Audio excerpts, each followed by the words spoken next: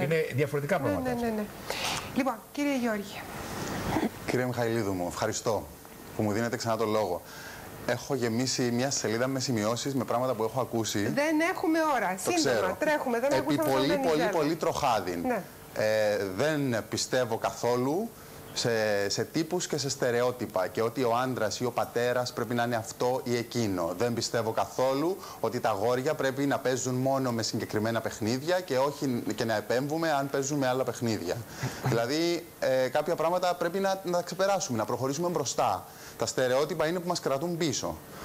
Το κάθε παιδί μεγαλώνοντας μπορεί και πρέπει να παίζει με όλων των ειδών παιχνίδια, να εξερευνά τον κόσμο, να μεγαλώνει σε ένα υγιές περιβάλλον, το οποίο να του δίνει στοργή και φροντίδα.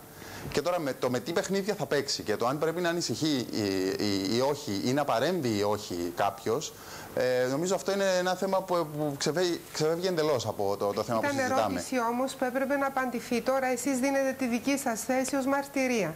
Βεβαίως. Ναι. Και έχω και ακόμα ένα πολύ χρηστικό σχόλιο κιόλας για τον πρώτο θεατή που μας πήρε τηλέφωνο. Στην Κύπρο δεν υπάρχουν νομοθεσίες για να προστατεύουν την ποικιλομορφία της κοινωνίας. Εκτός από μία, την οποία, με λύπη μου το λέω, μας εξανάγκασαν από την Ευρωπαϊκή Ένωση να την έχουμε. Είναι η διάκριση στο χώρο εργασίας με βάση το σεξουαλικό προσανατολισμό. Είναι ο μόνος νόμος που υπάρχει και αυτόν μας ανάγκασαν, κυρία Μιχαηλίδου μου, να τον έχουμε. Αν κάποιος, οποιοδήποτε, χάσει τη δουλειά του λόγω σεξουαλικού προσανατολισμού, υπάρχει συγκεκριμένη ευρωπαϊκή νομοθεσία, η οποία υιοθετήθηκε από την Κυπριακή Δημοκρατία, μπορεί να απευθυνθεί κοντά μας και μπορούμε να βοηθήσουμε το πρόσωπο αυτό. Και να δώσουμε ίσως και την πρώτη μάχη. Ωραία. Αλλά θέλω να σταθώ και κάπου αλλού. Ακούω συνέχεια για όλα αυτά τα φρικτά και τρομερά τα οποία όντως συμβαίνουν αλλού και σκέφτομαι ένα πράγμα. Ότι αυτή τη στιγμή μας βλέπουν και πάρα πολλά παιδιά τα οποία ακούν όλα αυτά τα πράγματα και ενδεχομένως μπορεί να έχουν και τρομοκρατηθεί με αυτά που ακούν και το τι μπορεί να συμβεί. Εγώ νομίζω ότι και είναι κάτι που πιστεύω ότι το θέλετε κι εσείς, να στείλουμε θετικά μηνύματα. Θετικά, αλλά και πραγματικά. Πραγματικά θετικά δηλαδή, μηνύματα. Είναι πολύ βεβαίως, ωραίο πολύ ότι πραγματικά. Δεν μου αρέσει να παραμυθιάζω κανέναν. Ναι. Δεν το έχω κάνει ποτέ και δεν θα ξεκινήσω τώρα σίγουρα. Είναι πολύ ωραίο ότι βγαίνουν σήμερα, ίσως πολύ σπάνια βγαίνετε καθαρά, με καθαρά πρόσωπα, επώνυμα, να ξεπλύνετε τι? Το ρατσισμό που υφίσταστε από ομάδες ανθρώπων που δεν αποδέχονται την ιδιαιτερότητα ομάδων. Αυτά τα πράγματα και εμένα την και μόνο... Ναι, την περιθωριοποίηση. Εμένα και μόνο αυτό με κάνει να νιώθω κάπως. Ότι ένας άνθρωπος πρέπει να δικαιολογηθεί γιατί δεν είναι όπως κάποιους άλλους. Αλλά δεν είναι της ώρας τώρα να το θέσουμε. Δεν ξέρω, να πάρω τις γραμμές, να ακούσουμε. Ναι. Παρακαλώ. Ναι. Ναι, σας ακούμε. Γεια σας. Γεια σας. Έχω δύο σημεία παρακαλώ. Το ένα σημείο είναι το εξής. Αυτοί, να το πω διαφορετικοί άνθρωποι, ποια είναι η απάντηση στην εξάπλωση του πολιτισμού γενικά? Ας πάρουμε ότι ναι, είναι σωστό, δεν πρέπει να είμαστε ρατσιστές εναντίον όλων αυτό. Ποια είναι η απάντηση στην εξάπλωση του ίδιου μας του πολιτισμού, του ανθρώπου δηλαδή? Πώς μπορούν δύο άνθρωποι του ίδιου φύλου να αναπαράγονται? Το ένα. Το άλλο. Όσο για τα στερεότυπα, στερεότυπα τι εννοείται? Είναι φυσιολογικό ένα μικρό παιδί στο σχολείο όλοι οι υπόλοιποι να έχουν μητέρα και πατέρα και αυτό να έχει δύο πατεράδες, παραδείγματος χάρη. Αυτό είναι στερεότυπο και δεν το ακολουθούμε? Ωραία, να απαντηθούν. Εγώ απλώς, επειδή σήμερα έχω έντονη θέση, θα πω ότι δεν είναι φυσιολογικό επίσης να είναι γεμάτα τα ορφανοτροφία παιδιά δίχως κανένα γονιό. Πάντως, να σας πω κάτι που θα έχει και μια δόση χιούμορ. Η συζήτηση όσο προχωράει θα αυξάνει τους διαφωνούντες. Ωραία. Γιατί αυτό είναι πάντα ένα φαινόμενο παγκόσμιο που οι δύο πλευρές δεν μπορούν να αντιληφθούν αυτό που ανήκει και στις δύο πλευρές. Δηλαδή και αυτός ο κύριος σωστά είπε ότι δεν μπορεί να έχεις δύο γονείς του ίδιου φύλου και από την άλλη το ερώτημά του είναι αν δύο άνθρωποι του ίδιου φύλου μπορεί να αναπαραχθούν. Πράγματι δεν μπορεί να γίνει αυτό. Τους ανατραπεί το βιολογικό δέντρο. Άρα τότε μιλάμε για άλλες μορφές. Αυτό πρέπει να πούμε είναι ένα. Και σωστά το είπε ο κ. Γεωργής. Ο σεξουαλικός προσανατολισμός καταρχήν δεν πρέπει να δηλώνεται. Δηλαδή, αν πάει κανείς να εργαστεί και τον ρωτήσει σε μια φόρμα ο προϊστάμενός του τι σεξουαλικό προσανατολισμό έχετε? Απατάτε τη γυναίκα σας, ας πούμε. Απατάτε τη γυναίκα σας ή οτιδήποτε άλλο που έχει να κάνει με τα προσωπικά δεδομένα. Είναι αδιανόητο εγώ να υποβληθώ σε αυτόν τον ευτελισμό. Και σωστά θα συμφωνήσω απόλυτα ότι η νομοθεσία εδώ πρέπει να είναι ξεκάθαρη. Ένας ο οποίος απολύεται για αυτόν τον λόγο, βέβαια δεν δηλώνεται πολλές φορές, ξέρετε, και αυτό πρέπει να πω προς τους ομοφυλόφιλους. Καμιά φορά και οι ίδιοι στην προσπάθεια να δείξουν ότι αυτό είναι το σωστό, ότι είναι το υγιές, πρέπει να με δεχτείς και έχουν απόλυτο δίκιο, υπερβάλλουν και το λένε. Και τρόποτινά εκτίθενται. Τώρα βέβαια θα πει ο κ. πάρα πολύ σωστά, δηλαδή να κρυβόμαστε, είμαστε πάλι η μειονότητα. Όχι βέβαια. Αλλά δεν πρέπει να προβάλλουμε τη σεξουαλικότητά μας ούτε ως πιστήριο της υγείας, ούτε ως αντίδραση μιας κοινωνικής επανάστασης. Αυτό το λέτε όμως γενικά, κυρία Σκήτη. Δηλαδή και μια γυναίκα δεν θα βγάλει έξω το στήθος της, δηλαδή ένας άνθρωπος που θα πάει να εργαστεί και θα πει ότι εγώ είμαι εραστής 200.000 γυναικών, αυτός είναι άρρωστος ψυχικά. Αυτό είναι πολύ ωραίο που λέγεται. Άρα λοιπόν δεν πρέπει να το βάλουμε αυτή τη λογική.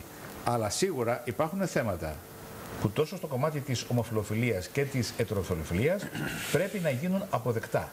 Και εμείς οι γιατροί καταγράφουμε αυτή τη συμπεριφορά. Δεν κάνουμε ηθική ανάλυση. Δεν είμαστε ηθικολόγοι. Το έχετε πει και για άλλα θέματα αυτά, για την απιστία το είχατε πει. Η ιατρική μελετάει τις συμπεριφορές και μάλιστα έχω πει και στην Ελλάδα, το έχω πει και σε ένα παγκόσμιο συνέδριο. Αν έχουμε έρευνες που δείχνουν ότι οι ομοφυλόφιλοι, πολλοί υποστηρίζουν ομοφυλόφιλοι είναι καλοί γονείς. Υπάρχουν ήδη πρώτα δείγματα που λένε ότι οι άνθρωποι των δύο φύλων είναι πολύ καλοί γονείς. Και δεν επηρεάζουν το παιδάκι. Αγαπούν το παιδί. Δεν επηρεάζεται και δεν επηρεάζει. Και το παιδί μεγαλώνει σε ένα κλίμα ευτυχίας. Ενδεχομένως λοιπόν να είναι τα πράγματα έτσι. Δεν είμαστε απόλυτοι ότι ο άντρας και η γυναίκα είναι τα ιδανικά πρότυπα. Υπάρχει πολλή παθολογία με τα πρότυπα αυτά. Αλλά από την άλλη δεν μπορούμε να ισοπεδώσουμε τη λογική ότι ο γεννήτορας, το ασωλικό και το θηλυκό δεν υφίσταται πλέον. Και αυτά τα ανατρέπουμε. Αξίζει να τα μελετήσουμε και να δούμε διαχρονικά τις πορείες αυτής της εικόνας. Ο κύριος Γιώργης. Κύριε Μιχαηλίδου, εγώ θα με λέτε. Απαγορεύεται το επίθετο. Απαγορεύεται. Ελίτα μου, να σου πω κάτι. Η φύση δεν κάνει λάθη. Οι άνθρωποι κάνουν. Η φύση δεν κάνει λάθη. Αυτά που δημιουργεί η φύση είναι, ξέρετε πώς τα λέμε, φυσικά. Αυτά που δημιουργεί η φύση είναι φυσικά. Ό,τι υπάρχει γύρω μας είναι φυσικό. Οι άνθρωποι κάνουν λάθη, οι άνθρωποι μισούν, οι άνθρωποι σκοτώνουν. Η φύση δεν κάνει λάθη. Και αν θέλετε να το δούμε και λίγο από θεολογικής πλευράς, ούτε ο Θεός πλάθει ανθρώπους που δεν τους θέλει να είναι με τον τρόπο που είναι. Ένα λεπτό, υπάρχει ομοφυλοφιλία και στα ζώα. Φυσικά και υπάρχει. Φυσικά και υπάρχει. Σε πάρα πολλά είδη ζώων. Και σε πάρα πολλά είδη παρατηρείται αυτό το πράγμα.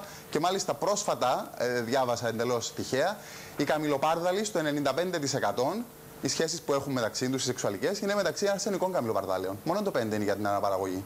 Μάλιστα. Η φύση δεν κάνει ποτέ λάθη. Οι άνθρωποι μπορούμε να κάνουμε λάθη. Αυτό όσον αφορά τη φύση. Ο πρώτος επίσης ο τηλεθεατής που πήρε τηλέφωνο μίλησε ότι είμαι διαφορετικός και είναι και όλοι είμαστε διαφορετικοί. Και ευτυχώς που είμαστε όλοι μοναδικοί και διαφορετικοί άνθρωποι, και πρέπει να υπάρχουμε. Θα ήταν πολύ πληκτικό να είχαμε μια κοινωνία στην οποία να είμαστε όλοι ίδιοι. Η ποικιλομορφία νομίζω είναι αυτόν που ομορφίζει τη ζωή μας, την καθημερινότητα μας και τον κόσμο μας. Επίσης, χαίρομαι πάρα πολύ που αναφέρθηκε πριν λίγο από κάποιον από τους θεατές ότι δεν μιλούμε για επιλογή. Κανένας δεν θα επέλεγε το σεξουαλικό του προσανατολισμό γιατί δεν μπορεί να τον επιλέξει. Γεννιέται κανείς ετεροφιλόφιλος ή γεννιέται κανείς ομοφιλοφιλόφιλος ή γεννιέται κανείς άμφιφιλόφιλος. Αυτό είναι... Ή άφιλος. Και άφιλος. Δεν θέλει τίποτα. Βεβαίως, ναι. Βεβαίως. Δεν είναι θέμα που θα επιλέξουμε. Δεν μπορεί κάποιος κάποια μέρα να ξυπνήσει. Δεν μπορεί κάποιος κάποια μέρα να ξυπνήσει και να πει «Α, από σήμερα θα μου αρέσουν οι άντρες ή οι γυναίκες ή τα δύο ή κάτι, τίποτα». Θα μου επιτρέψετε να το πω που εμείς στην ψυχιατρική το έχουμε δει πολλές φορές. Όπως το λέτε πάρα πολύ σωστά και πραγματικά αυτά που λέει είναι μεγάλες αλήθειες. Η βάση όμως είναι ότι ένας έφηβος, όταν αρχίζει να συνειδητοποιεί ότι διέλκεται προς το ίδιο φύλο, περνάει μια μεγάλη ψυχική δοκιμασία. Γιατί ξέρει ότι αυτή τη διαφορετικότητα θα την υποστεί ως ψυχικό κόστος. Και αν αξίζει σήμερα να πούμε κάτι, είναι αυτό. Δηλαδή ο γονιός, και θα συμφωνήσω με τον κύριο Γιώργη, ότι ο γονιός ο ίδιος δεν πρέπει να πιέζει το παιδί του με ταμπέλες. Τι είσαι ρε, ομοφυλόφιλος, είσαι αδερφή, είσαι αυτό, που πολλές φορές ο γονιός προσβάλλει και εκεί αρχίζει και ακυρώνει την ίδια του την εικόνα, το παιδί το ίδιο που έχει γεννήσει. Ή οι καθηγητές. Το παιδί λοιπόν περνάει μια περίοδο μεγάλης αμηχανίας και φόβου όταν καταλάβει ότι δεν είναι στο σωστό. Γιατί δυστυχώς οι κοινωνίες διαμόρφωσαν το σωστό ή το λάθος σεξ. Η ομοφυλοφιλία λοιπόν στον κοινωνικό κώδικα είναι λάθος σεξ. Και ο έφηβος που συνειδητοποιεί ότι έχει έλξη περίπου 12-13 χρόνια, εκεί αρχίζει να το καταλαβαίνει ότι έχει έλξη προς το ίδιο φύλο, όσο και να κρυφτεί και να δείχνει κορίτσια στους γονείς του και να λέει εγώ πάω με κορίτσια και ξέρει μέσα του ότι αυτός είναι ομοφυλόφιλος, τόσο πέφτει σε αυτή την παγίδα μέχρι να περάσει μια περίοδος δικής του αποδοχής. Δηλαδή να καταλάβει ο ίδιος ότι είναι ομοφυλόφιλος και πια αυτό δεν αλλάζει. Και σαφέστατα, όπως το είπαμε και πριν, και έτσι είναι, ο ομοφυλόφιλος δεν γίνεται, γεννιέται. Αυτό πλέον αποδεικνύεται όλο και περισσότερο. Ας το γράψουμε και ένα τίτλο να το περάσουμε. Και βέβαια μέσα στη ζωή του εξελίσσεται από το περιβάλλον που μεγαλώνει και από τις νευροορμόνες του εγκεφάλου. Υπάρχουν δηλαδή 3 χώροι. Το γονίδιο, το λεγόμενο DNA, που και για τα δύο δεδομένα, ετεροφιλοφιλία, ομοφιλοφιλία και το αμφιφιλόφιλο, όπως σωστά είπατε, και η εικόνα της εξέλιξης στο περιβάλλον, η μάθηση που διαμορφώνει στο παιδί το δικαίωμα της σεξουαλικής του συμπεριφοράς ως επιλογής του, όχι δικής του, αλλά πλέον που υιοθετεί και εκφράζει μέσα από αυτή. Μαρίνα Μόσχα, κάποιο σχόλιο σε όσα λέχθηκαν, όσα είπε ο Γιώργης, όσα είπε ο δόκτωρας Ασκητής, όσα ακούσαμε? Θα πω λίγο για τους έφηβους που είπε και ο κύριος Ασκητής, επειδή ακριβώς στο χώρο μας βλέπουμε αρκετούς, ότι πράγματι όλοι περνούν μέσα από αυτή την πάλη, μια εσωτερική μάχη. Και πώς θα το βγάλουν προς τα έξω και αν πρέπει να το πούν, αυτό νομίζω είναι και ένα καλό ερώτημα, το κατά πόσο θα πρέπει ο έφηβος να το πει στους γονείς ή στους μαθητές και φίλους του, όταν νιώθει εμπιστοσύνη το λέει πιο εύκολα. Και τι γίνεται εκεί. Πάντως το ότι περνάνε όλοι μέσα από αυτή την εσωτερική μάχη. Είναι γι' αυτό που ήρθε ο Βενιζέλος από το Λονδίνο για να μας πει και για να μας εκφράσει τι πέρασε σε εκείνα τα φρικτά, όπως ο ίδιος τα καθορίζει σωστά, το λέω Βενιζέλο μου, φρικτά μαθητικά χρόνια. Κύριε Ρόκα. Εγώ θα πω μια εμπειρία που είχαμε σε ένα συνέδριο πριν από 7 χρόνια στο Μόντρεαλ. Δηλαδή έχει πολύ ενδιαφέρον και στη δικιά μου την ομοφοβία αυτό. Σε ένα συνέδριο σεξουαλικής ιατρικής στο Μόντρεαλ, όπου υπήρχε ένα session στο συνέδριο αυτό, όπου υπήρχαν ομοφυλόφιλοι ψυχολόγοι και ψυχίατροι, οι οποίοι θεράπευαν ομοφοβικούς ασθενείς. Πραγματικά είχε ένα πολύ μεγάλο ενδιαφέρον. Τους ομοφοβικούς. Όπως το είπα ακριβώς, όπως το είπα. Θεράπευαν μια ομάδα ομοφυλόφιλων ψυχιάτρων και ψυχολόγων, οι οποίοι προσπαθούσαν να θεραπεύσουν ομοφοβικούς ασθενείς. Το λέει γιατί πήγαμε και το παρακολουθήσαμε ως συνέδροι. Και πραγματικά αυτό που λέει ο κ. Ζώκας ήταν εντυπωσιακό. Το θεραπευτικό session που γίνεται και η διαδικασία, και η διαδικασία στο να υποστηρίξει έναν άνθρωπο μέσα στο ομοφοβικό του γίγνεσθε αποδοχής του ρόλου του. Ναι, τώρα πια δεν μπορώ, θα το πω και αυτό, κυρία Ασκητή, και συγχωρέστε με, δεν μπορώ να διαβάζω συνεντεύξεις νεαρών υποψήφιων βουλευτών, όπου ερωτούνται για θέματα της ομοφυλοφιλίας και να παίρνουμε έτσι μια θέση, να μην πω του 18ου αιώνα, να μην πω του Μεσαίωνα, και να κρίνουμε τους συνανθρώπους μας όχι με βάση τη συμπόνια και την αποδοχή, αλλά με βάση Κοιτάξτε, τι. Εγώ θα σας πω όμως κάτι που δεν πρέπει να το ξεχνάμε. Ναι. Γιατί εμείς ως γιατροί το ζούμε. Ναι. Δεν είναι εύκολο μια κοινωνία να αποδεχθεί την ομοφυλοφιλία. Πιστέψτε με. Ας αφήσουμε τον καθένα να κάνει αυτό που θέλει. Εμείς οι γιατροί, ο κύριος Γιώργης πάρα πολύ σωστά, ο νεαρός φίλος που είναι στην παρέα μας, εσείς που δέχετε μια προοδευτική, ανοιχτή εικόνα. Πιστέψτε μου ότι η κοινωνία δεν είναι έτσι. Σας το λέω γιατί το ζούμε κάθε μέρα. Εγώ κάθε μέρα βλέπω γονείς και εφήβους, κυρίως εφήβους, σωστά λέει η κυρία Μόσχα, οι οποίοι είναι πραγματικά ταλαιπωρημένοι ψυχικά, στο φόβο. Εμένα μου είπε μια φορά ένας έφηβος, ό,τι και να μου πεις γιατρέ, εγώ θα πω στους γονείς μου ότι δεν είμαι ομοφυλόφιλος, γιατί θα με εκδώσουν στο σπίτι, δεν θα μου ξαναδώσουν λεφτά, θα μου μιλάνε άσχημα. Είχε δει έναν αδερφό μεγαλύτερο που του έλεγε πάψε ρε που, για να μην την πω τη λέξη που δεν είναι κατάλληλη στιγμή. Καταλαβαίνετε λοιπόν ότι αυτά τα παιδιά πράγματι ζουν μια τραγωδία ψυχική μέσα τους. Και αν κάτι πρέπει να πούμε είναι αυτό. Και αυτό που είπε σωστά ο κ. Γιώργης. Η αποδοχή, δηλαδή ο γονιός που δεν το καταλαβαίνει αυτό εύκολα, δεν το χειρίζεται θετικά, πρέπει να πει αυτό είναι το παιδί μου. Και το παιδί μου το ίδιο να καταλάβει, γιατί ο γονιός τι λέει, θα με εκθέσεις ρε κοινωνικά. Έχετε πάει στην Κρήτη, να σας φέρω ένα εσύ ελληνικό. Αυτό είναι εγωισμός. Θα με εκθέσεις κοινωνικά. Όταν μου έλεγε ένας κριτικός, θα πάρω το γιο μου τον τάδε, θα τον πετάξω από ένα βράχο και εγώ μαζί θα πέσω. Γιατί ξέρετε τώρα, το να λέμε εδώ όλοι οι μορφωμένοι και όλοι οι επιστήμονες και με ανοιχτές τάσεις ότι αυτή είναι η κοινωνία, δεν είναι αυτή η κοινωνία. Η κοινωνία πολλές φορές είναι πολύ επιθετική. Γιατί βλέπει τον εαυτό της ο κριτικός ή ο Κύπριος ή ο Βόρειο Ελλαδίτης. Βλέπει τον εαυτό του πίσω από το παιδί του και λέει: η κοινωνία αύριο θα με εκθέσει εμένα. Το γιος μου δεν βγήκε άνδρας, δεν πάει με γυναίκες. Πάει με άνδρες. Και ξέρετε, οι περιγραφές είναι και χυδαίες. Δηλαδή, βλέπω το γιο μου τώρα να κάνει έρωτα με έναν άνδρα και να βάζει το τέτοιο του, για να το πω τώρα, δίνει την κατάλληλη ώρα μέσα του. Όλα αυτά, ξέρετε, ακούγονται τραγικά. Κυρία Σκητή, και είναι μια πραγματικότητα που δεν πρέπει να την αφήνουμε να περνάει. Καλά κάνετε και την θέτετε πάντα. Απλά πάλι θα πω ότι είμαστε τότε εντελώς ψευδοχριστιανοί και υποκριτές. Αν μη τι άλλο, ακόμα και αν δεν το καταλαβαίνουμε, ακόμα και αν... Η Εκκλησία ίδια, όπως ξέρετε, είναι πολέμιος. Όχι, πολλοί από τους φωτισμένους πατέρες λένε ότι η επίσημη Εκκλησία, εμείς θα το δείτε, κάναμε το πρόγραμμα για τη σεξουαλική αγωγή στο Δημοτικό στην Ελλάδα. Το ξέρετε ότι το γράψαμε το θέμα με πάρα πολύ φόβο, και το λέω τη λέξη φόβο, παρότι είμαι επιστήμονας. Για να μην δημιουργήσουμε εντυπώσεις αρνητικές, και το μάθημα δεν πάει στα ελληνικά σχολεία. Πρώτος αναμάρτητος, λέει η θρησκεία, το λίθο βαλέτο. Μην νομίζετε ότι αυτό το θέμα είναι τόσο απλό. Ιατρικά μπορούμε να πούμε ό,τι θέλουμε και έχουμε όλοι δίκιο. Η κοινωνία, η Εκκλησία, οι θεσμοί είναι πολύ εναντιωτικοί σε αυτές τις λογικές. Κύριε Γεωργή, θα πάρω 2 τηλεφωνικές γραμμές και θα σας ακούσω, και μετά ο κύριος Βενιζέλος, γιατί τον έχουμε κρατήσει πολλή ώρα, δίχως να τον ακούσουμε. Παρακαλώ, λίγο σύντομα μόνο να ακούσουμε τις απόψεις σας ή τις ερωτήσεις σας. Ναι. Γεια σας, κυρία Ελίτα. Γεια σας. Είμαι η Μαρία. Εγώ ήθελα να πω, είμαι μητέρα. Ήθελα να πω, όταν τα παιδιά γεννιούνται έτσι, οι γονείς να τα αποδέχονται και να μην τα σπρώχνουν που τον κρεμό και κάτω. Μπράβο ρε Μαρία. Μπράβο σου.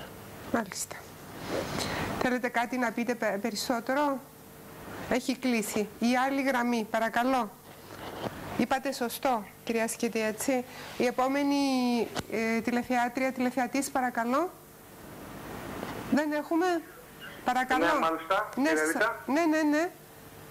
Χαίρομαι πολύ που μπορέσαμε και συναντηθήκαμε, και ιδιαίτερα σε αυτό το θέμα, γιατί ήθελα πολύ, γιατί έχω ακούσει πολλές εκπομπές τώρα τελευταία.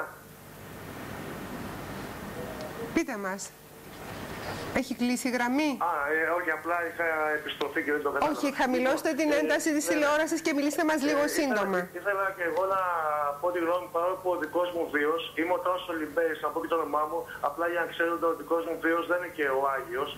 Παρ' όλα αυτά όμως υπάρχουν κάποιες λέξεις όπως σεμνότητα, αξιοπρέπεια, οι οποίες μπορούν να καλύψουν όλα τα πάθη των ανθρώπων. Κανένας δεν βγήκε να κατηγορήσει έναν ομοφυλόφιλο, ο οποίος είναι καθαρά η ερωτική πράξη που του δίνει αυτή την ταυτότητα, και αυτό γίνεται στην κρεβατοκάμαρά του. Και κατά τα άλλα στην κοινωνία ένας ανώνυμος κύριος. Από την άλλη δε, σε κάποια πράγματα που όλοι μας νομίζω ότι δεν μπορούμε να βρούμε τις κατάλληλες απαντήσεις και τις ξεκάθαρες, θα έλεγα κατά τη γνώμη μου, ας στραφούμε στην Εκκλησία που έχει μέσα και το πίστευε και μία έρευνα, και εκεί πέρα ίσως να τα δούμε τα πράγματα λίγο διαφορετικά. Κύριε Λιμπέρη, σας ευχαριστώ, αλλά είναι εντελώς αιρετικό. Μας έχουν πει όλοι οι ιερείς που φιλοξενήσαμε, το πίστευε και μία έρευνα. Και το λέω τώρα τηλεοπτικά και να με ακούσουν όλοι όσοι με παρακολουθούν. Είναι το ερευνάτε τα σγραφά στο ορθό και το σωστό. Διαφημίσεις και επιστρέφουμε αμέσως πίσω. Σας ευχαριστούμε.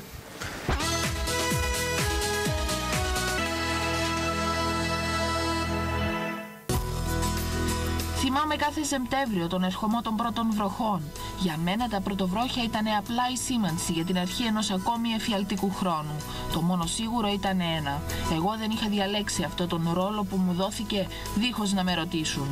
Πρώτη και δεύτερη περίοδος στο μάθημα της τέχνης και με το καλημέρα βρίσκομαι αντιμέτωπος με βρισιές όπως αδερφοί. Όλα τα πιο πάνω ως ένα ομοφοβικό γκράφιτι να διακοσμούν το σχολικό μου θρανείο. Ένα ομοφοβικό γκράφιτι ζωγραφισμένο με τόσο μίσος και πάθος από παιδιά της ίδιας ηλικίας με μένα, που το διαφορετικό και το άγνωστο τα φόβιζε και το μισούσαν, γιατί με αυτή την νοοτροπία μεγάλωσαν. Τρίτη περίοδος θρησκευτικά, και οι συμμαθητές μου κατά τη διάρκεια του μαθήματος μου εξφενδονίζανε με λάστιχα σβηστήρια. Μέσα στο αφελές μου μυαλό με διαπερνούσαν τα λόγια του ιερέα που μας είχε φέρει την περσινή χρονιά για εξομολόγηση. Συνέχεια στο μυαλό μου στροβίλιζαν οι σκέψεις πως θα πάω στην κόλαση αν δεν σταματήσω να έχω αυτές τις σκέψεις, διότι είναι σκέψεις του σατανά. Τέταρτη περίοδος βιολογία. Οι συμμαθητές μου, παράλληλα με κάθε σχόλιο της καθηγήτριας για τα γεννητικά όργανα του άντρα, ξεστόμιζαν και μία ομοφοβική λέξη για το πρόσωπό μου. Θα μου έφτυναν και μερικές φορές με τρυπούσανε με τις πινέζες για να σπάζανε πλάκα, ενώ εμένα σπάζανε τα νεύρα μου. Δεν αντιδρούσα καθόλου και ένιωθα τον εξευτελισμό. Μισούσα τον εαυτό μου για αυτό που ήμουν. Όμως, τι να ήμουνα τελικά? Μισάωρο διάλειμμα και ήταν 30 λεπτά αποχής από την ομοφοβική αρένα. Ένιωθα τόσο μόνος, χαμένος και διαφορετικός. Αμέτρητες φορές είχα σκεφτεί να θέσω τέρμα στη ζωή μου, αλλά ποτέ μου δεν είχα το σθένος να το πράξω. 5η περίοδος, μαθηματικά. Αργοπορημένος και νευριασμένος κατέφθανα στην τάξη με την τσάντα μου να βρωμάει και τα τετράδια μου να έχουν ελερωθεί με μουστάρδα και ό,τι άλλο είχε μέσα στο καλάθι. Όπως πάντα, δεν θα έλεγα τίποτα στον καθηγητή μου για την τσάντα και απλώς θα καθόμουν στην καρέκλα και θα δεχόμουν στοικά την τιμωρία του Θεού για τις άρρωστες μου σκέψεις, αφού αυτό μου άξιζε, όπως έλεγα στον εαυτό μου. 6η περίοδος, γυμναστική, και καθώς κατευθυνόμουν στα αποδυτήρια ένιωθα λες και με οδηγούσαν στον θάλαμο βασανιστήριων. Πολλές φορές οι συμμαθητές μου θα προσπαθούσαν να μου κατεβάσουν το εσώρουχο για να δούνε αν έχω μόριο. Και εγώ μέσα στον παροξισμό μου να φοβάμαι ότι έχω αυτό που δεν είναι μόριο. Αρκετές φορές έβαζα τα κλάματα και τότε σταματούσαν αφού βλέπανε πως λύγιζα. Ένιωθα λαιλατημένος, τρομαγμένος και σοκαρισμένος. 10 φθινόπορα μετά, αφού πέρασα από την Σκύλα και τη Χάριβδη, 10 φθινόπορα μετά κατέφτασα στην δική μου Ιθάκη, ακολουθώντας την δική μου καρδιά και το ένστικτό μου. Κατέφτασα σε ένα βροχερό Λονδίνο όπου με την πρώτη βόλτα στο Σόχο ήρθανε και πέσανε τα πρωτοβρόχια της δικής μου αποδοχής. Λοιπόν, αυτός είσαι εσύ. Χρειάστηκε μεγάλο κουράγιο, αντιλαμβάνομαι, από εκείνη τη φάση και πολλή διαργασία εσωτερική και πολλής δρόμος να φτάσεις σήμερα μέχρι την εκπομπή μας χωρίς να είσαι σκοτεινός, για να μιλήσεις για όλα αυτά τα βιώματα. Γιατί ήρθες εδώ, γιατί ήρθες να μιλήσεις, γιατί ήρθες τόσο δρόμο πίσω να μιλήσεις, Βενιζέλο μου? Ευχαριστώ μου δίνετε τον λόγο να διευκρινίσω ότι παρουσιάζομαι ως μέλος της ΑΞΕΠ ΛΟΑΔ Κύπρου, απλώς για να μιλήσω για το προσωπικό μου βίωμα, γιατί γνώριζα, όπως με έχετε πει, το θέμα ήταν η ομοφοβία σήμερα. Είμαι εδώ να μιλήσω απλώς για την προσωπική μου εμπειρία, για όλα τα άλλα. Τα πιστεύω μου, υπάρχουν εκπρόσωποι της ΑΞΕΠ. Ακριβώς, ναι. Βασικά, τα χρόνια τα σχολικά για μένα θα τα ονόμαζα σαν έναν ομοφοβικό τατουάζ. Ξέρεις όπως είναι το τατουάζ που όταν το κάνεις με τις βελόνες δεν φεύγει ποτέ. Πιστεύω η ομοφοβία που δέχτηκα στο σχολείο, αλλά ίσως και πολλά παιδιά να δέχονται, δύσκολα φεύγει. Θέλει πάρα πολύ προσπάθεια. Ίσως μερικές φορές μερικά παιδιά να είναι τόσο επώδυνη τη διαδικασία που να μην αντέχουν αυτό το τατουάζ. Ναι, ήρθα εδώ όπως σας έδειξα όταν βρήκατε αυτόν τον άνθρωπο που είχα γράψει, που είναι αυτόν που έχετε πολύ καλά μοντάρει και έχουμε δει. Αυτό να αναφέρει μια καθημερινή, θα μπορούσα να πω, ημέρα στα σχολικά μου χρόνια που επαναλαμβανόταν κάθε μέρα. Θα την ονόμαζα μια ομοφοβική οδύσσια. Αυτά τα αποτελέσματα, το μήνυμα που θα περάσω είναι πέρασα αυτά, αλλά η ομοφοβία που δέχτηκα σου δίνει τα effects, σου δίνει τα αποτελέσματα στη μετέπειτα ζωή σου. Καλά ή κακά? Αν μπορείς να τα μετατρέψεις σε καλά. Θέλει πάρα πολύ δύναμη να τα μετατρέψεις σε καλά. Μπορώ να πω τα αποτελέσματα της ομοφοβίας σε ένα παιδί. Θα είναι μια ισοπαίδωση της ευφυγής αυτοπεποίθησης, κοινωνικός αποκλεισμός, φάσεις αυτοκτονίας. Είναι όλα αυτά που πέρναγα κατά τη διάρκεια του σχολικού μου χρόνου και το χειρότερο είναι αυτή η ομοφοβία που δέχεσαι γίνεται εσωτερική ομοφοβία μέσα σου και σε δυσκολεύει να αποδεχτείς τον εαυτό σου. Με αποτέλεσμα, για να μπορέσουν να ξεπεραστούν όλα τα αποτελέσματα της ομοφοβίας, χρειάστηκε να πάω σε ψυχολόγο αρκετά χρόνια. Αλλά δεν πήγα στο ψυχολόγο, να διευθύνω, δεν πήγα στο ψυχολόγο γιατί είμαι ομοφυλόφιλος. Όχι, πήγα στο ψυχολόγο για να μπορέσω να θεραπεύσω τα αποτελέσματα της ομοφοβίας που δέχτηκα στην ομοφοβική σχολή την κοινωνία που μεγάλωσα, γιατί ήμουν ομοφιλόφιλος. Θα το διευκρινίσω αυτό. Ομοφοβία, να πούμε ότι είναι ο τρόπος που αντιδρά ο περίγυρος. Η ομοφοβία δεν είναι στον ομοφιλόφιλο. Η ομοφοβία, και το λέει πάρα πολύ σωστά, είναι η επιθετικότητα του περιβάλλοντος. Μάλιστα. Που τον εκθέτει, τον χρεώνει, τον υποτιμάει, του φέρεται όπου του φέρθηκε. Το κείμενο είναι πάρα πολύ ωραίο. Το κείμενο είναι δικό σου. Είναι εξαιρετικό κείμενο. Θα το έλεγα εγώ λογοτέχνημα αυτό το κείμενο που έγραψε. Και όπως σωστά το βιώνει ο Βενιζέλος, είναι η δική του άμυνα στη διαφορετικότητα που αισθάνεται και στην απόρριψη τον εγκλωβισμό που το επιβάλλουν οι ομοφοβικοί. Τα παιδιά, πρέπει να ξέρετε, σε αυτή την ηλικία περιγράφει ο Βενιζέλος, είναι ομοφοβικά. Επειδή μεγαλώνουν σε περιβάλλοντα στο σπίτι τους που πρέπει να δείξουν ότι είναι αγόρια, ότι είναι άνδρες και να κυριαρχήσουν πάνω στα κορίτσια, είναι αυτή η συμπεριφορά που περνάει το γονεϊκό δίκτυο στα παιδιά, κυρίως στα αγόρια βεβαίως, γιατί άλλο είπαμε η γυναικεία ομοφιλοφιλία. Τα παιδιά τα ίδια λοιπόν είναι επιθετικά και διοκτικά στα παιδιά ήδη που δείχνουν τη διαφορετικότητα ή την φιλομόφιλη ή την ομοφιλόφιλη συμπεριφορά τους. Άρα οι ομοφοβικοί συμμαθητές προκάλεσαν φόβο στον Βενιζέλο, αισθανόμενος ότι τον εγκλωβίζουν, τον απορρίπτουν και κυρίως τον τιμωρούν με τη συμπεριφορά τους. Αλλά τιμωρούν τους εαυτούς τους. Δηλαδή ένας ομοφοβικός έχει διοκτική συμπεριφορά και τη φοβάται τον εαυτό του. Μετά τα παιδιά, βλέποντας τον Βενιζέλο, λένε δεν θέλουμε να γίνουμε όπως είναι αυτός. Γι' αυτό να τον κολλήσουμε στον τοίχο, να τον προσβάλλουμε. Τι περνάει ένα παιδάκι δηλαδή, βεβαίως. Τι πέρασες, έτσι. Ακριβώς τα παιδιά, οι συμμαθητές μου δεν φταίγαν. Τους συμμαθητές μου συγχώρεσα. Απλώς είναι, όπως λέω, με αυτήν την νοοτροπία είχαμε μεγαλώσει δυστυχώς. Και να διευκρινίσω κάτι, οι γονείς μου δεν γνώριζαν κάτι. Γιατί εγώ το κρατούσα σαν ένα φράγιστο μυστικό, γιατί φυσικά αν έκανα κάποιο θέμα να μιλήσω στους καθηγητές για όλα αυτά που δεχόμουν, φοβόμουν ότι αν μαθευόταν θα το μαθαίναν οι γονείς μου. Και μου είχε δημιουργηθεί εντύπωση από την ομοφοβική κοινωνία που μεγάλωνα ότι αυτόν δεν θα ήταν αποδεκτό από τους γονείς. Το πέρασες μόνος σου, δηλαδή. Αργότερα. Αυτό ακούγεται, ένα λεπτό ακούγεται και σαν μια μορφή κακοποίησης. Όπου το κακοποιημένο άτομο φοβάται να μιλήσει και έχει και τις ενοχές μήπως το γυρίσουν σε μένα. Εντάξει, βασικά, όπως έχω πει και πιο πριν, ο λόγος που δεν μίλησα ήταν ο φόβος που μου είχε δημιουργηθεί από την ομοφοβία που είχα δεχτεί, ότι μου είχε γίνει κάπως εσωτερική η ομοφοβία εμένα, ότι αυτόν που ήμουν δεν θα ήταν αποδεκτό. Αυτό όλα τα αγόρια το περνάνε και μάλιστα να πούμε ότι πολλές φορές ο γονιός, όταν αρχίζει να φοβάται ότι το παιδί του είναι ομοφυλόφιλο, άρα κάτι δεν πάει καλά, πολλές φορές γίνεται ανακριτικός, αστυνομικός. Δηλαδή παρακολουθεί τη ζωή του, ανοίγει το ίντερνετ, από εκεί τους πιάνουν, ας πούμε. Δηλαδή ένα παιδί ομοφυλόφιλο στην εφηβεία αρχίζει μέσα από το ίντερνετ να κάνει φιλίες με ομοφυλόφιλους, να έχει κάποια ερωτικά ραντεβού. Ο γονιός λοιπόν ή από το κινητό ή από το ίντερνετ συλλαμβάνει τις πρώτες εικόνες. Και αρχίζει μετά η ανάκριση, η επιθετικότητα, το δικαστήριο. Και ενώ και πριν σωστά λέγαμε ότι ο πατέρας φαίνεται να βρυχάται, αυτή που ουσιαστικά δαγκώνει είναι η μάνα. Δηλαδή ο πατέρας κάποια στιγμή περνάει την κρίση του, αλλά επειδή διαχειρίζεται πιο θετικά το όλο αυτό σκεπτικό, είναι πιο φιλικός, δηλαδή φαίνεται να είναι πιο αποδεκτός σε αυτή την αποκάλυψη που είναι σοκ. Το ξαναλέω, για το γονιό είναι σοκ. Η μάνα όμως πολλές φορές είναι πολύ πιο επιθετική και βγαίνει και με εικόνες κατάρες. Θα με κάνεις και θα πεθάνω, έχω αρρωστήσει, θα πάω στους γιατρούς, σε παρακαλώ άλλαξε, δεν μπορώ να σε βλέπω έτσι, τι είναι αυτό το πράγμα και να πρέπει να σε πάω σε έναν ειδικό να σε αλλάξει. Αυτό η μάνα του ομοφυλόφιλου.